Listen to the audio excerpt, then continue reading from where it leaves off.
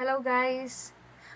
I will be showing you how to mirror your photos or image using the application of Canva.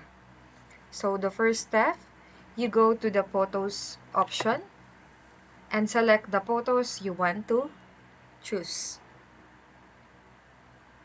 So for example, let's select this woman. You can adjust the height based on your desire. And then you just click the flip above the option, and it will show you the option to flip it horizontal or vertical.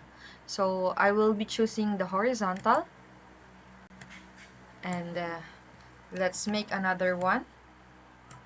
Let's flip it vertical. So that's it. Super simple.